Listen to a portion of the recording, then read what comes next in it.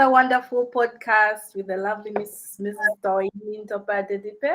And today we're going to be looking at chapter 8 of her book, Mental Wellness for the Information Age. So, just let's get into it. There's this amazing story that you tell in your book about Swala. Is that right? Am I pronouncing it right? Tell me more about her story.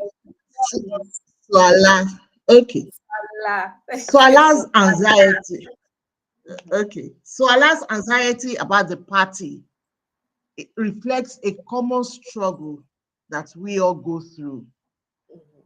Mhm. Anxiety is not only at parties. It could be even at family meeting new people, meeting friends, at reunions, maybe at even at play. People exhibit all sorts of anxiety. But the feelings of inadequacy in social settings is due to a conflict. There are so many factors that lead to this. So you cannot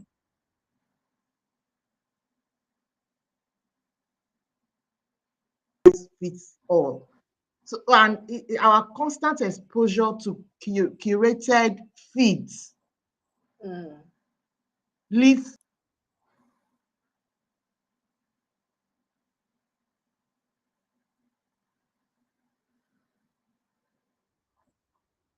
your mind this way for that person. Why is it not happening for me?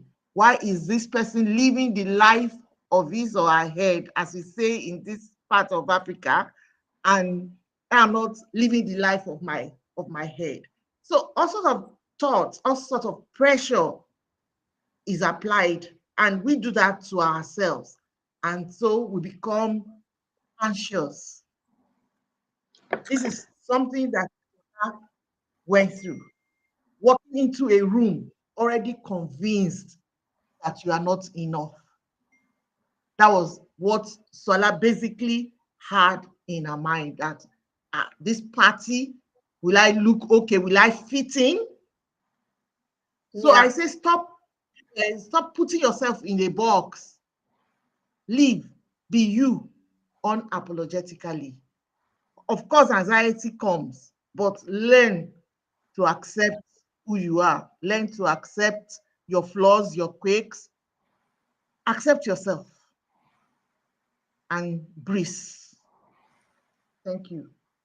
Yeah, that's really a story that I can relate to as well because there are times when I have had to speak before people and I was just trembling on the inside, wondering if I was going to deliver a great speech, because in your mind there's this expected standard that you have to perform well, and if you don't, it Mm, reflects on who you are. So you I mess think up. this is something that is so, so common. And then you also mentioned a bit about social media and how it's feeding into that inferiority complex. In your view, how can people build mental resilience, especially because we are living in a world where you can't avoid social media, it's everywhere. So, how do we build that resilience and be able to survive in such a world? Hmm. When filtered perfection becomes the norm, real life starts to feel like a flaw. You know, when you base your life, your actions on what is happening Mm. online, that is curated, things that are not real. Let me diverge a little. I watched a video yesterday where a man who claims to be like 60 plus, 60 years and above, was doing 100 press ups and doing it so, the way you watch it and then you just feel, I'm not even 60 and I cannot do 5 Yeah. press up. You understand? So was it the one you will lift one hand? I mean, put one hand behind you and only one hand to do the press up. But the person kept saying, please watch to the end. Watch to the end. Of course, I now also watch to the end. At the end, he was lying on a plank, and a friend of his was moving the plank up and and he wasn't the one doing it. Wow. Do you see that? But some people already feel, oh my goodness, how can he be at this age be doing this? And at 40, at 30, I cannot do 5 press up. You see how we just pressurize Mm-hmm. ourselves. Nobody's life is Yeah. flawless. Like the feed that we see, the online feed that we look at, there's no life that is as flawless as that. Even people screaming, they're making millions of dollars in a day. Don't put yourselves under pressure. I'm not saying I am not guilty of this, as we are all guilty. Once in a while, you think of it that I'm only making less than $1,000. Much. So I say unfollow shame triggers. Unfollow shame triggers. Mm-hmm. Set boundaries. Setting boundaries just gives you your life back. It gives you your life back if you are disciplined. Be kind to yourself. Be kind to yourself. Because resilience is not about shutting out the noise. No, it's about knowing your worth. It's about knowing your True. worth. So don't run after perfection. Accept your flaws. Accept yourself. Your story is a real masterpiece. So speak up. Tell it. That is really, really great advice. And some people usually are trying to do that, but on the inside of them, they're struggling with inferiority complex. I also Hmm. struggled with inferiority complex as a child growing up. And it was so hard because, in as much as you know that you have that value, there's something on the inside of you that just tells you, you're not doing it well or you're not good enough. So, in your experience, what are some of those signs that you've encountered that show that someone is struggling with inferiority complex, even if they seem to be confident on the outside?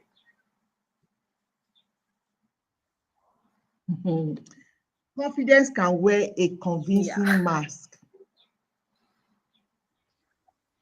but when you look closer, you will know, especially if you're on a one-to-one or even a group session with people. What I say, what I work on, what I try to do is to listen beyond words. Because when a lack of confidence sometimes make people to just Hmm. keep talking. They don't want to stop. People want to give you the space to interject. So you leave them to talk for as long as they can have that oxygen to keep moving their lips. You leave them to keep talking, provided you have enough time to spend, or they have enough money to spend. So you give them the space. You give them the space to keep talking, you know. But I also say that the loudest person in the room is sometimes the one that is displaying inferiority complex, or the boss at work who just shouts at people, you know, who shouts without discipline. Because there are some shouts that are needed, versus some shouts that is just out of the person's insecurity. So you don't get yourself worked up when such people are talking to you. Inferiority complex just comes in different forms. Sometimes some people smile and their smile becomes airy. Their smile becomes worrisome. They are there's a problem somewhere, and they are using their smile to cover it up. So pay attention, reach out. Most importantly, be kind. Be kind. Give such people a benefit of the doubt. Allow them if you're not going to suffer any injury, they are not going to suffer any injury. So leave them to hear their views. It matters to be kind when you meet such people. Listen beyond words. Pay attention. Wow. That's really so important. I remember at that time when I had to go and speak and stand in front of a number of people, and I was also feeling inferior because I was wondering if I had anything of substance to offer to the room. But I think the turning point for me Hmm. also came when I pictured in my mind that these are just friends. I had that one on one conversation with myself, and I told myself, don't be afraid, don't be Oh, anxious. These are just friends. And earlier you talked about Swala's story. How did she manage yes. to navigate that social anxiety and overcome it? What was the turning point for her? Just like you said you spoke to yourself and realized the people in this room are my friends. So she's also stopped trying to be liked. She decided to like herself. She decided to, like I said earlier, Mhm. accept yourself and know that you can fit into any room. You can fit into any room. Take up the space. Wow. Shine your light. This wasn't a loud moment for her, but she made that turn to say, yes, this is me. Let me be unapologetically Mhm. myself. And that was a quiet decision which enabled her to show up as herself. So she began to choose presence over perfection. When you ditch perfection, your life takes a new turn because you no longer want to compare yourself to anyone. You only want to compare yourself to who you were the last time you checked the mirror. I don't want to say who you were yesterday. It should always be, I want to be better than who I was the last time I looked at the mirror. Because our phones that we carry per second is a mirror. If you don't even want to look at your face stares back at you your phone lights up. So you forget perfection, ditch it, and live your life. Your healing does not need applause. It just needs truth. You're not seeking for any applause. All you need to set yourself free is the truth. And saying that truth to yourself, who am I? What do I want? What do I need? Where am I going? Where am I coming from? Where am I going? Those are the questions you ask yourself and you stay grounded.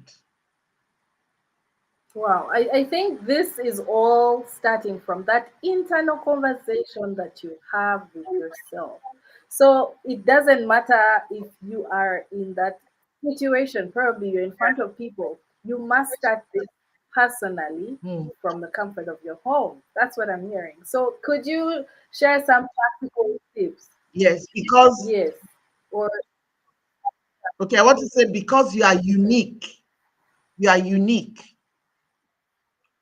and comparison to others does not yeah. determine your worth, does not determine your worth at all. So stay unique, embrace your awesomeness, Wow. you Thank know. you. Could you also share some So practical your next tips question.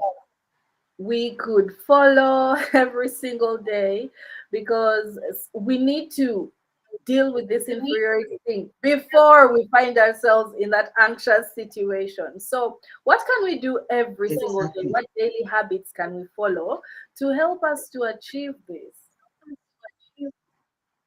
Overcoming feelings of inferiority involves a shift in perspective and consistent self-care. So one powerful habit is practicing self-compassion. Self-compassion. You know, when a friend comes to you with one issue or the other, you are so kind to stay and listen. You clear your schedule, you rush to that friend's side.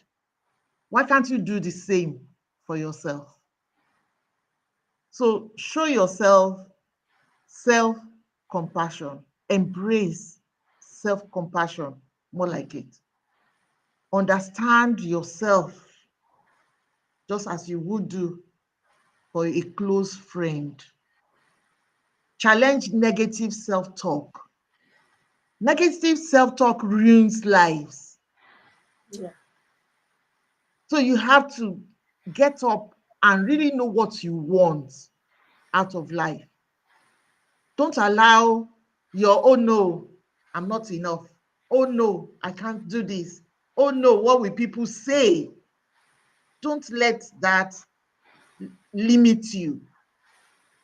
When people say think uh, within the box, I tell you, why should you even think outside the box? Why must there be a box? Why must there be a box?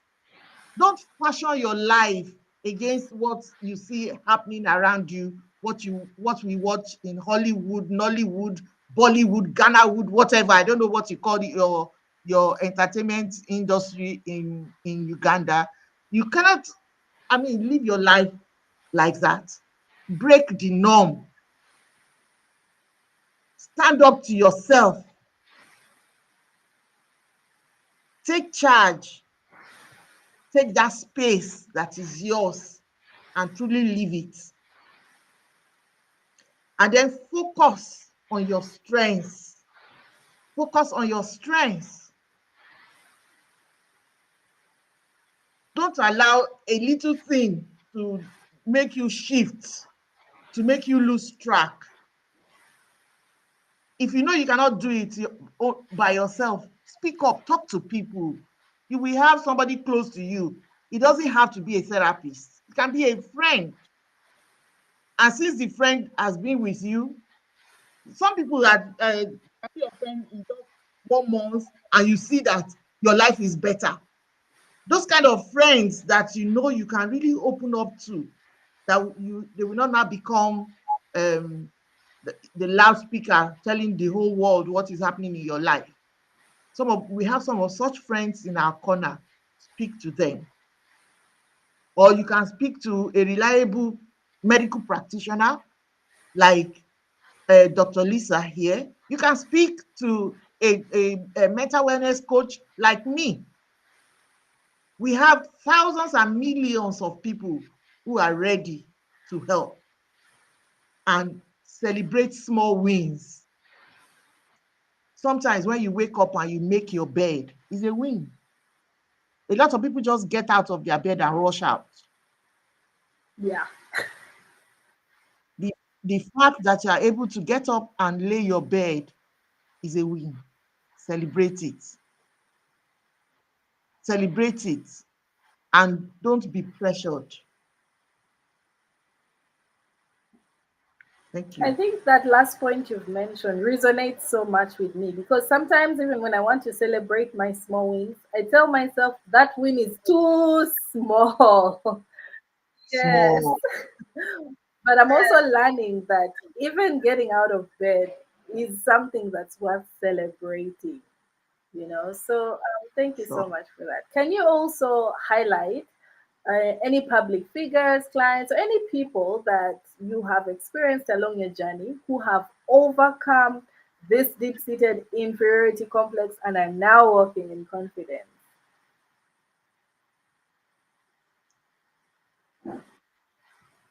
Okay. Regarding specific clients, we have figures that provide inspiring examples of overcoming inferiority complex. I once worked with a young professional who felt invisible in every room she entered. But today, she leads teams, She speaks on panels and she's no longer second guessing her voice. Of course, I cannot give you her name, but she's living the life of her head. Now, her shift didn't come from applause. It came from learning to value herself. That shift made a 100% change in her life. She started valuing herself in silence. And consider someone like Oprah Winfrey. Yeah. Oprah Winfrey faced immense adversity and poverty in her youth. But see her today. If she tells that story, a lot of people will say, no, how, when? But she told that story and she's been telling it right from the beginning up to now that she's as big as she is. And then you have Viola Davis. I'm sorry, I'm just mentioning women. I consult with both men and women. I love men's mental health. So don't say she's restrictive. No, but these are the people I can readily recall. Viola Davis has also shared how unworthiness haunted her. Yet look at her now in the entertainment industry. See her on owning every stage with grace and grit. So confidence is not an inherent trait. You cultivate it. It's a cultivated strength. Is built. So as your children are growing up, teach them, help them to learn confidence as they grow. Because sometimes when I see my nephews, my sons doing some things, I wonder how did they come to do this? But you know, there are some things you do while they are growing, and you later realize you were building them. You were building them, and now they are showing you as they become adults that you have done a good job. So it's same with us, same with you, Dr. Lisa. As you are, like I mentioned the other day, that how is it that you're able to do all those videos on Yeah. YouTube? But you've taken up, you've taken charge, and you've taken up your space, and you are living the life of your head as it is now. So even anxiety can come anytime. Even when I still want to speak, the first few seconds, I'm still trying to gain my ground, but I've learned to breathe through it. I've learned to breathe through it, and that helps me to be calm. It helps me to calm down. Thank That's you. very, very important. It actually reminded me that even if you're afraid of doing something and you do it afraid, the next time you have proof and evidence to yourself that you see, I was afraid when I did it. So even this time I can do it. Thank you so, so much for joining us. Exactly. That is And it. I think what you shared today was valuable. If anybody is out there watching this live stream, please leave a comment and tell us what is the one thing that you picked from this and what is that thing that resonated with you. Until next time, bye.